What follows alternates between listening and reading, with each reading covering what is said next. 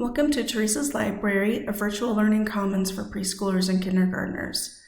We can click this beautiful photograph of a girl traveling to different worlds, and teachers will be telling us about how much they love reading, and it's about a 2.5-minute video, and how they love reading because it transports you to new worlds.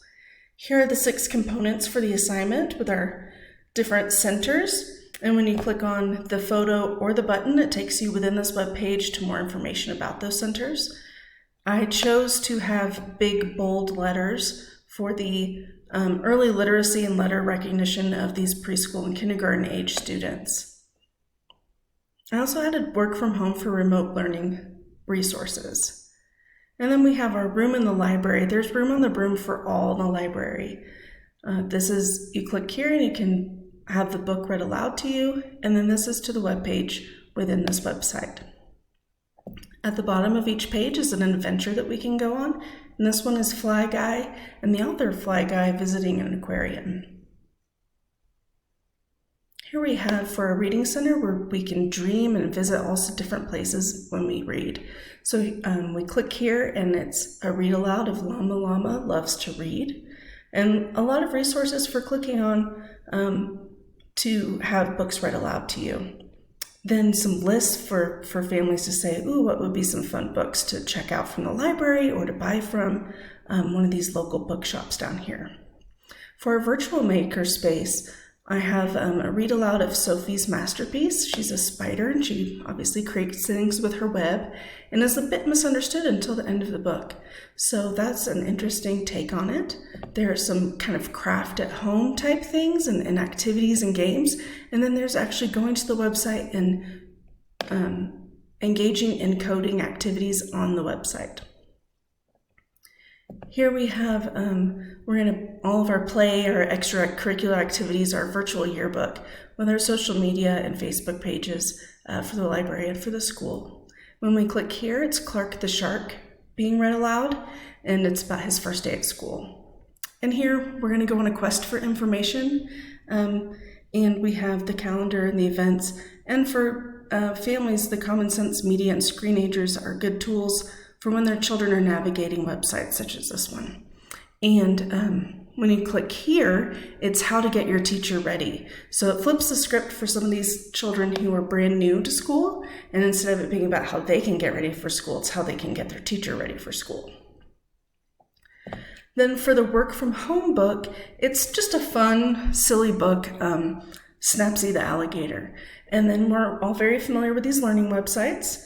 And then some resources. I have Microsoft Teams for, this is where families can reach their virtual classrooms and virtual bulletin boards, and where classrooms might be, video classes might be happening. And then there's also these resources about COVID if we're stuck at home due to that. And the adventure that we're going to go on here is a tour of the Buckingham Palace. Here for the teachers, we have Learn, and this is a quick 30-second video of a teacher talking about how we need to read aloud to our kids and create a magical moment with them, and some resources for lesson plan ideas. Then we click here, and this is more like a 30-minute long video about the importance of read alouds, and it's important in this website. Most of what I'm trying to do with this website is have it be interactive for little kids, so that's why it doesn't have a lot of words. It's a lot of links to you're going to go have this book read aloud to you. And it's saying, even as adults, we like to be read aloud too. And again, here we have Microsoft Teams again, but this is more for the space for, yes, this is where you can set up your virtual classroom, but it's also, we can create some spaces for teachers to share best practices and build some lesson plans together, maybe using some of these other toolkits. And the adventure we go on here is a NASA tour of the moon. Then we have room in the library for everyone. And I love this pegs. This peg picture has a diversity of color, and it fits right into what I'm going to use in my lesson plan in my physical space, which is these peg people here. And so we see the connection between our physical library and our virtual commons library.